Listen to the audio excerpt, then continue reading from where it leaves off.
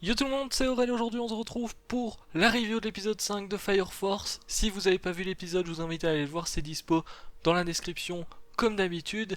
Et on a eu un épisode bien plutôt sympa jusqu'ici. C'est vrai qu'on avait on a eu un petit entraînement notamment il y a 2 épisodes et bien ensuite c'était surtout des combats contre des torches humaines. Alors ici on est sur un plan un petit peu différent vu que on a eu un épisode plutôt centré contre les brigades. Et oui, parce que je rappelle que parmi toutes les brigades, il y en a qui sont un petit peu corrompues, hein. Déjà on en a vu une dans l'épisode dernier qui était la 5e brigade, qui on va dire, fait des expériences sur les torches humaines, et c'est vrai que c'est pas forcément autorisé. Et bien dans cet épisode-ci, c'est la continuité de tout ça.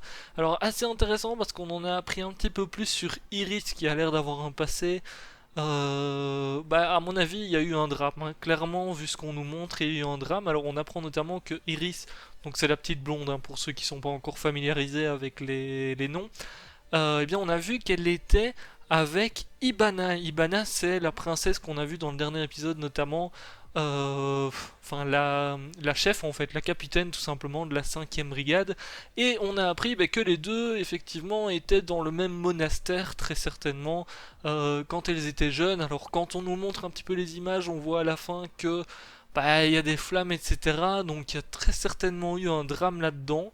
Et apparemment, ça a pas mal touché Ibana parce que Ibana justement en veut à toutes les religieuses apparemment, parce que quand elle revoit Iris, elle s'énerve et tout ça. Et vu son comportement, elle en a carrément après toutes les religieuses. Donc il s'est passé quelque chose là-dedans. On en apprendra très certainement un petit peu plus dans les prochains épisodes. Mais c'est vrai que Iris par contre n'a pas l'air touchée de ce qui s'est passé parce qu'elle elle est toujours croyante, etc. Contrairement à Ibana, donc peut-être que Ibana a perdu quelqu'un qui était un petit peu plus cher à ses yeux qu'aux yeux d'Iris, on va dire ça comme ça, et qui était dans le monastère. Mais en tout cas, bon, assez intéressant d'avoir deux personnages qui se considèrent en soi comme deux sœurs l'une envers l'autre.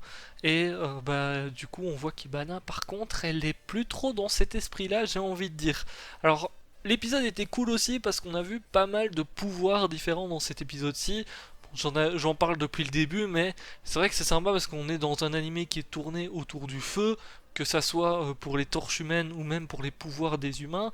Et finalement, malgré ça, on a un petit peu plein de sortes de pouvoirs.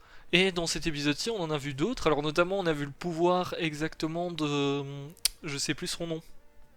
Le mec à lunettes de la 8e brigade, mais je sais plus son nom malheureusement, qui a le pouvoir un petit peu de réguler, on va dire, la puissance des explosifs, etc. Et du coup, quand il tire à l'arme à feu notamment, il arrive un petit peu à changer la trajectoire des balles, etc. Donc toujours intéressant parce qu'on a vraiment finalement dans la 8e brigade des personnages qui ont chacun leurs atouts. Hein, parce qu'on a Arthur qui est au corps à corps, on a Shinra qui est au corps à corps mais qui ne se bat pas à l'épée lui, donc il va pouvoir faire un petit peu plus de mouvements, etc. On a Maki qui arrive à contrôler le feu et à en créer, et du coup, elle peut notamment annuler le feu des adversaires. Bon, on a Iris qui a pas de pouvoir, ou en tout cas pas encore. Je sais pas si ça peut se développer à un certain moment, ou s'il peut se passer quelque chose pour qu'elle en débloque.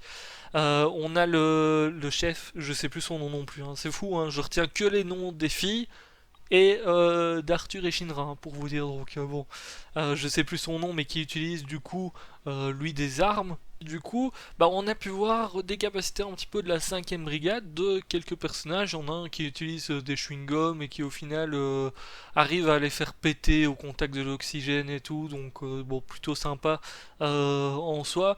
Et on a vu aussi qu'il y avait un scientifique de la 5e brigade qui arrive à donner plus de puissance aux torches humaines et du coup à les contrôler. Alors je sais pas si c'est vraiment un contrôle absolu parce que j'ai juste l'impression que la torche humaine finalement qu'on a vu dans le dernier épisode, hein, qui s'est déclaré dans le dernier épisode, les est de leur côté parce qu'il a eu plus de pouvoir, donc je pense pas qu'il arrive à le contrôler. Enfin quoique ça m'aurait l'air bizarre de donner plus de puissance à une torche humaine si c'est pas vraiment la contrôler à 100% derrière.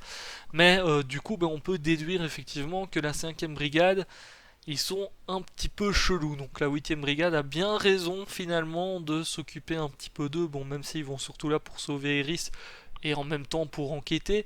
Hein, c'est vrai. Bon, petit truc aussi. Pour le moment, le personnage d'Arthur est très chelou, je trouve, parce qu'il est complètement teubé. Hein, clairement, il voit un oiseau, il croit que c'est un dragon.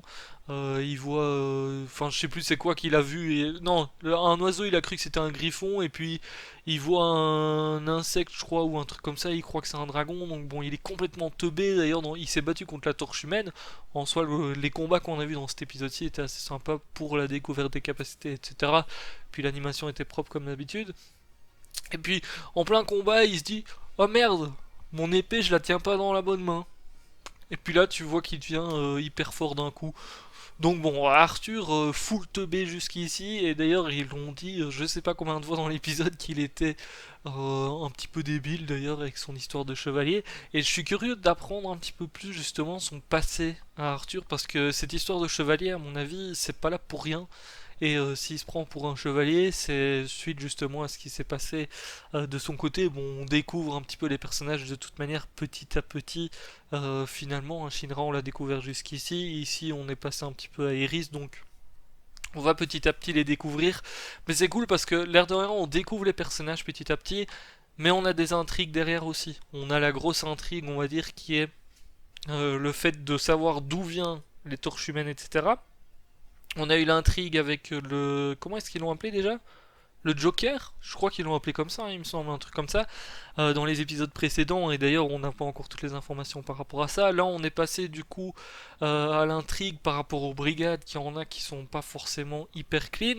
Sauf qu'en même temps, bah, ça nous parle d'Iris, donc c'est vrai que je trouve les épisodes, bah, l'air de rien, très très cool. Et d'ailleurs j'ai vu qu'ils adaptaient pas mal de chapitres par épisode, hein. On est à 3-4 chapitres il me semble par épisode, là dans les derniers en tout cas qui sont adaptés, parce que je crois que l'épisode 1 c'était seulement 2 chapitres ou un truc comme ça.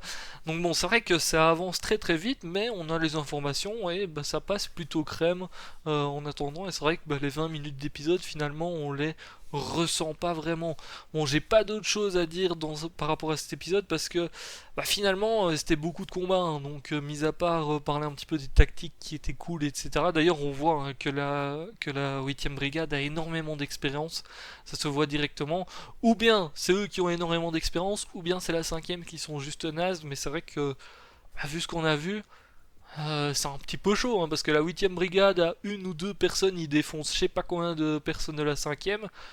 Donc bon, je sais pas trop si toutes les brigades, mis à part eux, sont aussi nulles que ça, mais alors, peut-être que la 8ème effectivement est déjà dans le haut du panier, alors que je pensais que la 8ème brigade en fait c'était un petit peu une brigade entre guillemets nulle, où il y a les nouveaux qui rentrent dedans, et puis finalement elle est pas si forte que ça, elle est vraiment dans le fond du panier, et puis les autres dominent derrière. Ah, peut-être pas, peut-être pas. Et puis surtout qu'ici c'est aussi des combats un petit peu différents, hein, parce que les humains ne se battent pas comme pourraient se battre des torches humaines, dans les techniques notamment et dans la réflexion très certainement, parce que les torches humaines, en tout cas de ce qu'on a vu jusqu'ici, bon, elles sont assez en mode bourrin, quoi. Elles vont vraiment aller dans le tas directement, toutes celles qu'on a vues jusqu'ici en tout cas, alors qu'un humain, bah, ça va peut-être faire un petit peu plus gaffe quand ça se bat, etc. En tout cas, assez intéressant. Sur ce, bah, écoutez, je vais vous laisser là pour cette review du 5ème épisode de Fire Force. N'hésitez pas du coup à lâcher le petit pouce bleu si ça vous a plu, n'hésitez pas à me donner votre avis en commentaire sur l'animé, ça devient de plus en plus intéressant, donc c'est cool, parce que je sais que certains au début, notamment dans l'épisode 1 et 2, m'avaient dit: oh, je sais pas si je vais suivre cet animé au final, parce que pour le moment je trouve pas ça hyper chouette. Bah, je trouve que là on est vraiment dans quelque chose de plutôt sympa. Je vous laisse là, allez ciao, ciao.